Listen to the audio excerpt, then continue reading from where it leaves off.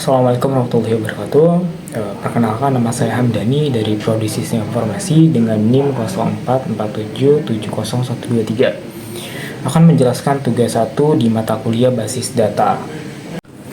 Oke, di tugas 1 ini saya diberi tugas untuk membuat sebuah ERD, Entity Relationship Diagram, dengan studi kasus. Pada sebuah perguruan tinggi, mahasiswa akan mengambil mata kuliah yang ditawarkan. Setiap mahasiswa dapat mengambil minimal satu mata kuliah, namun dapat mengambil beberapa mata kuliah dalam satu semester. Setiap mata kuliah hanya bisa diajar oleh satu orang dosen, dan setiap dosen dapat mengampu atau mengajar minimal satu mata kuliah. Baik, hal pertama yang saya lakukan dalam membangun ERD ini adalah menentukan entitas apa aja yang perlu saya buat. Nah, dari studi kasus ini, saya sudah menemukan beberapa entitas. Yang pertama ada entitas mahasiswa, yang kedua ada entitas mata kuliah, dan yang ketiga ada entitas dosen itu sendiri. Nah, dan karena di sini ada proses registrasi antara mata kuliah dan mahasiswa, maka di bawahnya saya buat entitas registrasi atau tabel registrasi untuk menampung registrasi data mahasiswa dan registrasi mata kuliah, agar tahu mahasiswa memiliki mata kuliah yang registrasi apa aja. Nah, langkah keduanya kemudian saya menentukan atribut apa aja di tiap entitas. Yang pertama di entitas mahasiswa, saya menentukan atribut NIM dan nama mahasiswa. NIM ini sebagai primary key-nya. Kemudian di entitas mata kuliah, saya memasukkan kode mata kuliah sebagai primary key dan nama mata kuliah. Kemudian di dosen, saya memasukkan atribut NID sebagai primary key dan nama dosen. Nah, kemudian selanjutnya saya menentukan himpunan relasi antara mahasiswa ke mata kuliah dan dosen ke mata kuliah. Dari deskripsi di atas disebutkan bahwa setiap mahasiswa dapat mengambil minimal satu mata kuliah, namun dapat mengambil beberapa mata kuliah dalam satu semester.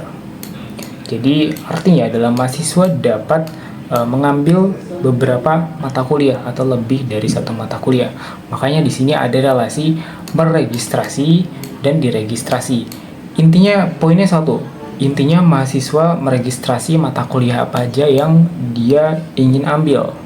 Dan di mata kuliah pun diregistrasikan ke tabel registrasi tersebut sebagai penghubung antar dua entitas. Kemudian di dosen dan mata kuliah, di studi kasus teksnya kan dijelaskan bahwa setiap mata kuliah hanya bisa diajar oleh satu orang dosen, dan setiap dosen dapat mengampu mengajar satu orang mata kuliah. Kata kuncinya mengajar, jadi dosen mengajar mata kuliah. Makanya di sini aku masukkan himpunan relasi mengajar. Kemudian setelah semua himpunan relasi sudah lengkap, kemudian saya tentukan derajat relasinya, one to one, one to many, atau many to one. Nah, kita mulai dari mahasiswa itu sendiri. Karena mahasiswa ini jumlahnya satu dan bisa registrasi lebih dari satu mata kuliah.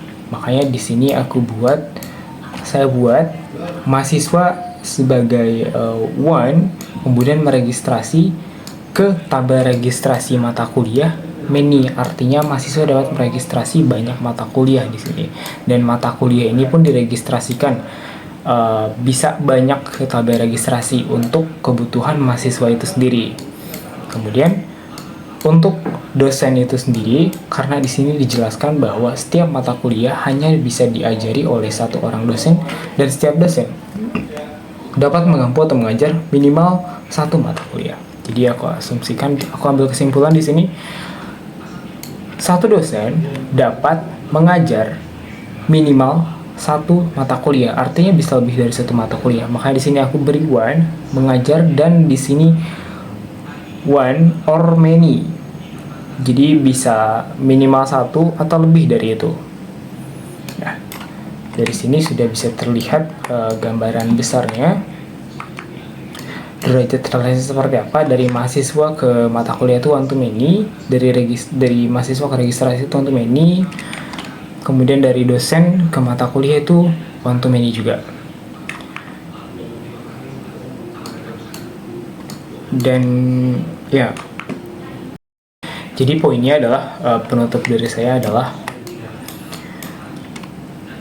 entitas mahasiswa, registrasi, mata kuliah, dan dosen ini adalah sebuah tabel yang perlu dibuat untuk agar basis data lebih bisa berjalan optimal, di mana mahasiswa untuk menampung data mahasiswa, entitas registrasi untuk menampung registrasi data mahasiswa dan data mata kuliah itu sendiri.